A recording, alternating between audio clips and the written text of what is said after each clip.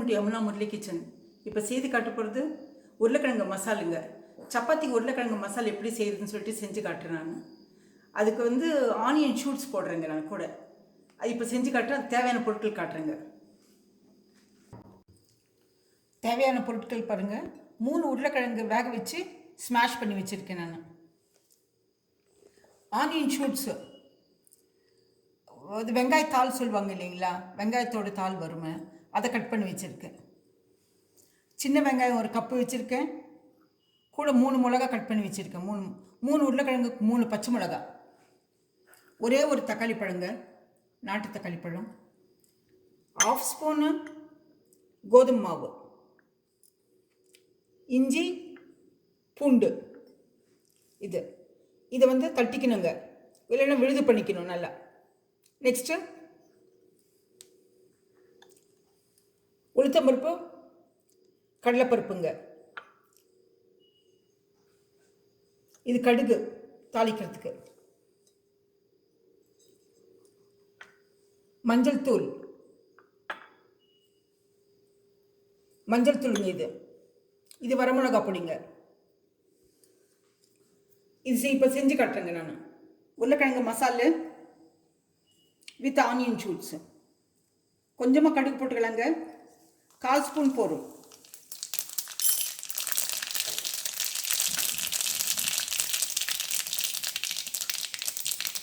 உளுத்தம்பருப்பு, கடலைப்பருப்பு போட்டு வச்சுருக்கேன், அதையும் வதக்கிடலாம். அப்புறமா வெங்காயம், பச்சை மிளகாய், சின்ன வெங்காயம் நறுக்கி வச்சுருக்கேங்க நான்.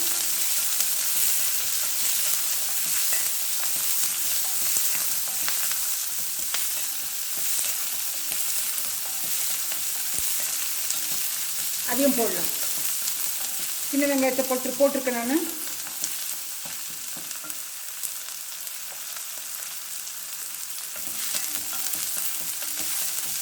ரொம்ப வதக்கணும்னு ஒன்றும் கிடையாதுங்க, ஒரு அளவு வதக்கினா போதும் எண்ணெயில்.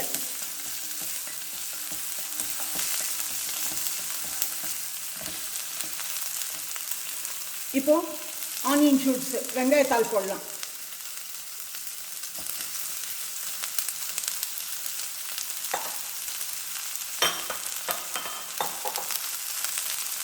இதுக்கு தேவையான உப்பு போட்டுக்கலாம்.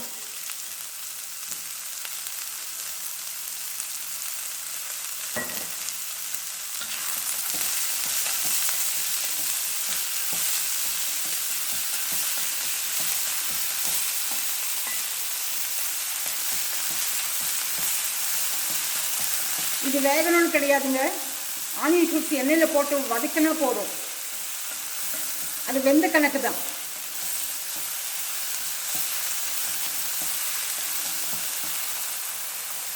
இப்போ தக்காளி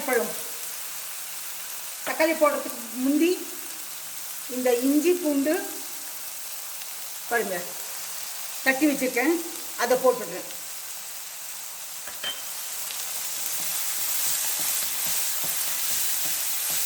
அதையும் எண்ணெயில் வதக்கிடுறேங்க நான்.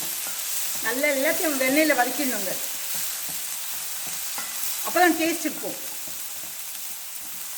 எண்ணெயில் வதக்கினா அந்த டேஸ்ட் வருங்க, நல்லா பச்சை வாடை இருக்காது, சீக்கிரமாகவும் ஆகும் நமக்கு.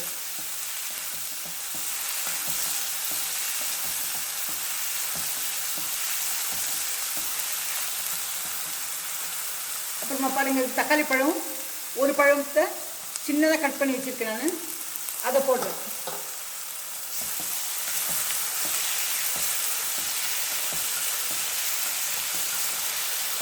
இதுக்கெல்லாம் தேவையான உப்பு போட்டு வச்சுருக்கு, ஆனியன் ஷூட்ஸ் போடும்போதே போட்டு வச்சுருக்கேன்.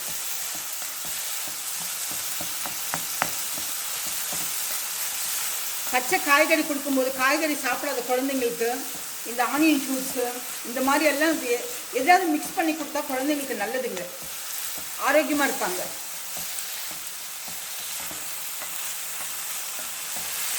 நம்ம இந்த கீரை வகைகள்லாம் செஞ்சு கொடுக்குறோம், பீன்ஸ் செஞ்சு கொடுக்குறோம், க்ரீனாக இருக்கிறதெல்லாம். அந்த மாதிரி பச்சையாக இருக்கிறது ஆனியன் ஷூட்ஸும்.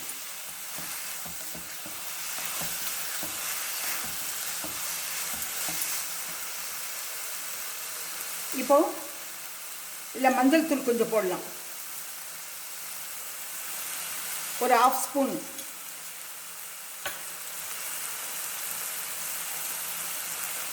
மிளகா பொடி போடலாம், 1 ஸ்பூன்.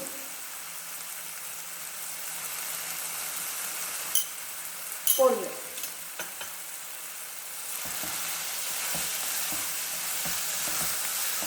இதெல்லாம் நல்லா மிக்ஸ் பண்ணிவிட்டு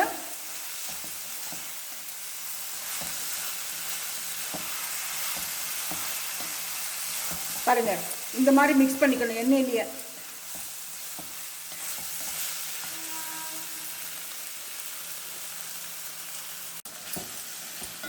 இப்போ எண்ணெயில் நல்லா வதக்கிடலாங்க.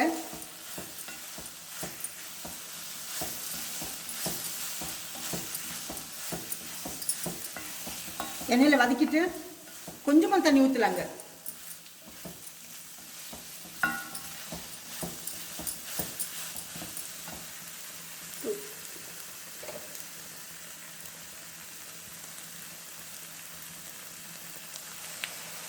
இந்த உருளைக்கிழங்குக்கு மட்டும் அளவாக நம்ம தண்ணி ஊற்றினா போதும். வெந்த உருளைக்கிழங்கு தான்,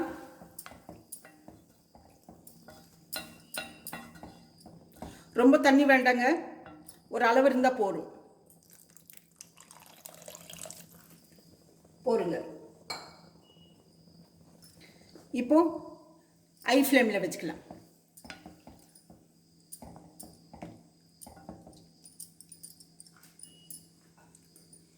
இது கொதிச்ச உடனே இந்த உருளைக்கிழங்கு போடலாங்க. இப்போது மூடி வச்சிடலாங்க. மூடி வச்சுட்டு தண்ணி கொதிக்கிற வரைக்கும் பார்க்கணும். தண்ணி கொதிச்ச உடனே இது போடலாங்க, உருளைக்கிழங்கு போடலாம்.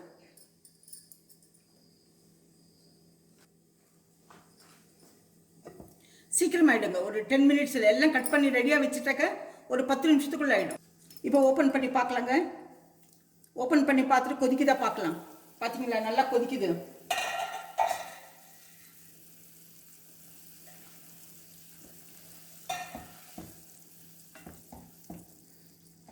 கொதிக்கும் போது தண்ணி இந்த பச்சை இந்த இது போட்டுக்கிறதெல்லாம் பச்சை வடை போயிடுங்க, தக்காளி பழமெல்லாம்.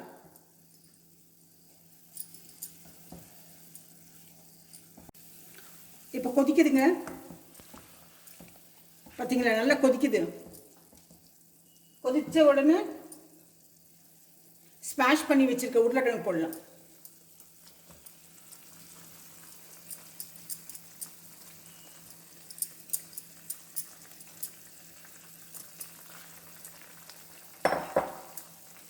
போட்டுட்டு இது நல்லா கலக்கி விட்டுடலாங்க.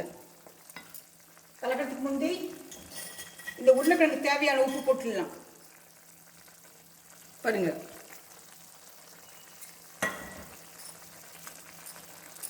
முதல்ல வெங்காயத்துக்கு வெங்காயத்தாளுக்கு போட்டிருக்க உப்பு இப்போ உருளைக்கிழங்கு சேர்த்து போட்டிருக்கேன்.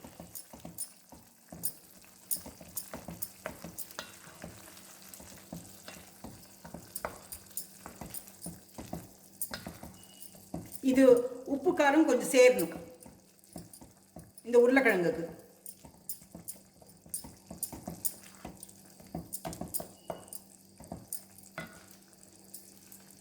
இந்த கோதுமை மாவு இருக்கு பார்த்தீங்களா, இதில் கொஞ்சமாக தண்ணி விட்டு கலக்கி வச்சுக்கலாங்க.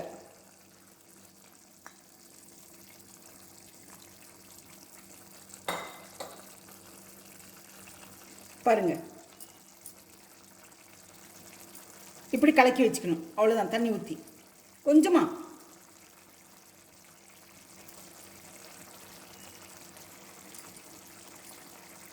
இது லாஸ்ட்டில் ஊற்றி இறக்கிடலாங்க. நம்ம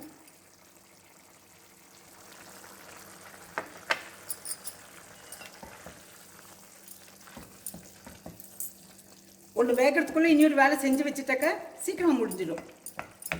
இப்போ தண்ணி உருளைக்கிழங்கு தனித்தனியாக இருக்குது இல்லைங்களா, இந்த இது கோதுமை மாவு போட்ட பிறகு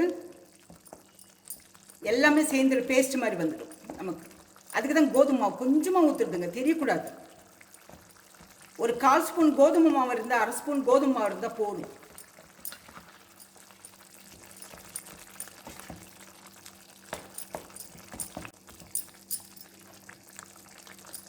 இப்போது இது நல்லா கொதிப்படுது. உருளைக்கிழங்கு நல்லா உப்பு காரம் பிடிச்சிருக்கும். இப்போ இந்த கோதுமை ஊற்றிடலாங்க. இது செட்டாயிடுங்க. ஊற்றும் போது கொஞ்சம் கரைச்சி ஊற்றிடணும்.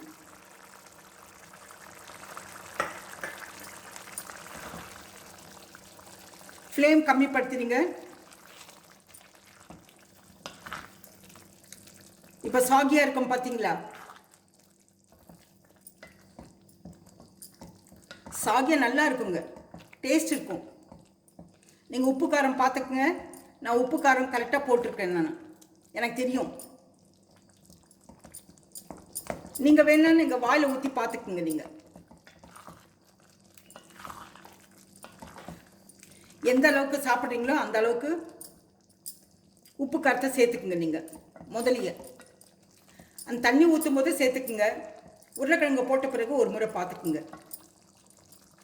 இது கொதிச்சதை நம்ம ஆஃப் பண்ணிடலாம். அந்த மாதிரி மூடி வச்சுட்டு ஆஃப் பண்ணிடுங்க. இது உருளைக்கிழங்கு மசால் ரெடி.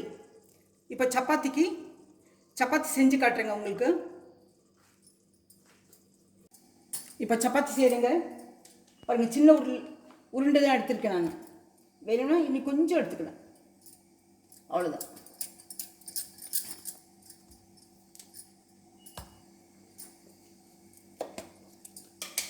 உங்களுக்கு சப்பாத்தி செஞ்சு காட்டுறேன். அன்னைக்கு வேறு மாதிரி செஞ்சு காட்டினேன், இன்றைக்கி வேறு மாதிரி செய்கிறேன் நான்.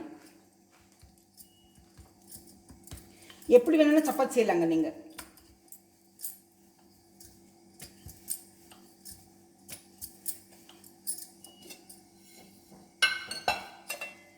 பார்த்தீங்களா? இது கொஞ்சம் எண்ணெய் கொஞ்சமாக விட்டுக்குங்க. இதையே ஃபோல்டு பண்ணிடுங்க. ஃபோல்டு பண்ணிவிட்டு மாவு போட்டுக்கலாம். திரும்பி ஃபோல்டு பண்ணிக்கோங்க முக்கோணமாக.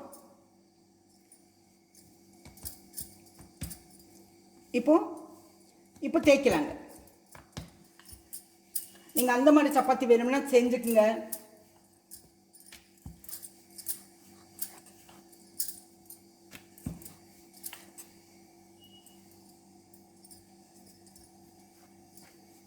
இந்த மாதிரி வேணாலும் செஞ்சுக்கலாம். ஆனால் மெலிசா இருக்கட்டுங்க, நல்லா இருக்கும்.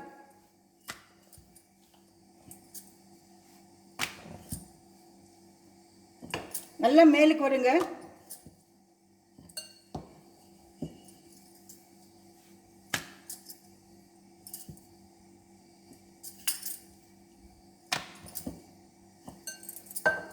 இப்போ போட்டு எடுக்கிறேன் பாருங்க.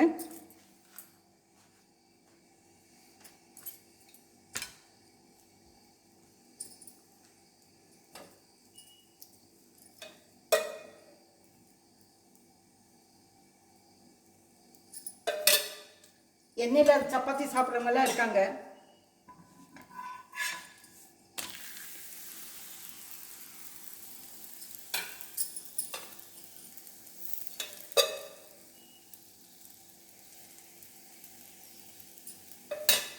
நாங்கள் எண்ணெய் ஊற்றி தான் சாப்பிடுவோம்.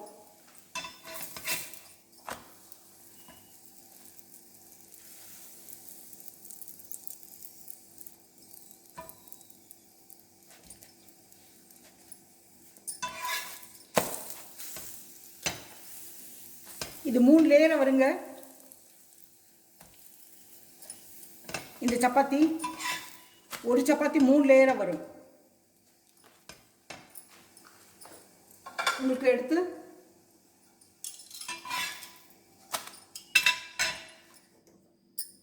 பாருங்க. இதோட லேயர் ஆச்சுங்களா? காட்டன் இருங்க.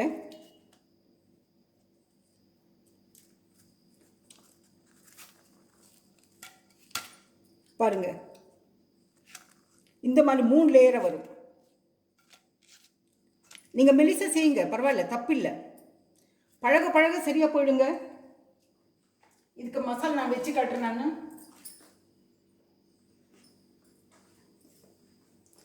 இந்த சப்பாத்திக்கு ரவா இட்லிக்கு எல்லாம் நல்லா இருக்கும் இந்த மசாலா.